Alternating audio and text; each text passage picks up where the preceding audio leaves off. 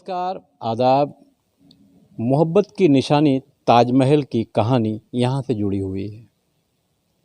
शाहजहाँ की आखिरी पत्नी जो ताजमहल में दफन है, जिसका नाम अर्जुमंद बानो है, इसी अर्जुमंद बानो के साथ जब शाहजहाँ इस इलाके में अपनी फौजी कार्रवाई कर रहे थे, राजे महाराजे उस दौर में एक दूसरे के ऊपर हमला करना, एक दूसरे के महलों पर कब्ज़ा करना, उनके शहरों पर कब्ज़ा करना, वो आम बात थी।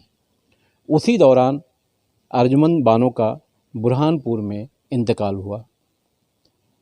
इंतकाल हो जाने के बाद ये वही जगह है जहाँ ताजमहल बनना था, और मेरे दाहिने हाथ पर एक छोटी सी मस्जिद भी है।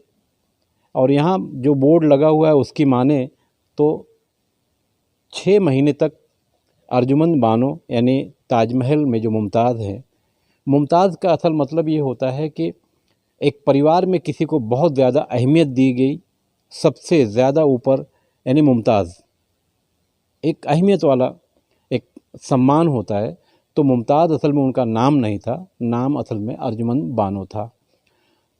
शाहजहाँ ने उन्हें वो सम्मान दिया था, महल में वो सबसे ज़्यादा अहमियत वाली थी, इसलिए उनका नाम मुमताज़ महल पड़ा। बहरहाल अर्जुमंद बानो यहीं दफन थी 6 महीना। उसके बाद जब ताजमहल की तैयारी की जाने लगी तो ताप्ती नदी का ये जो किनारे का हिस्सा है, ताप्ती नदी एकदम लग कर है, यूँ समझ लीजिए कि यहाँ से 100 मीटर की दूरी पर।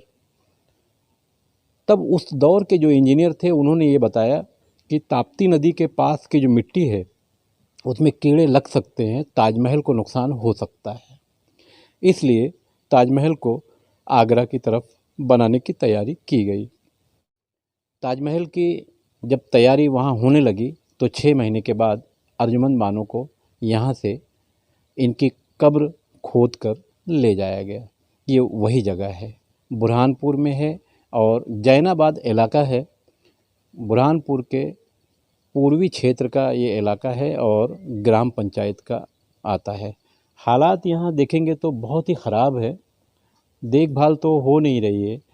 अगर सरकार इस तरह के ठिकानों को, न जाने कितने लोगों को इसका इतिहास पता ही नहीं है, तो अगर इसका ध्यान दिया जाए तो इस इलाके का विकास हो सकता है, डेवलपमेंट हो सकता है। मगर शायद सरकार की नज़र सिर्फ़ एक बोर्ड तक है, बकिया रोड रास्ते तक नहीं है।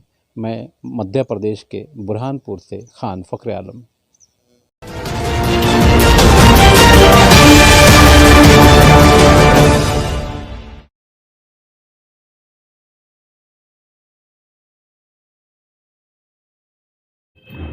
भिवंडी शहर के नवाब ढाबे पर आपका स्वागत है। स्वादिष्ट खाने के लिए कभी भी आइए। नवाब ढाबा, चाविंद्रा, नासिक रोड, भिवंडी।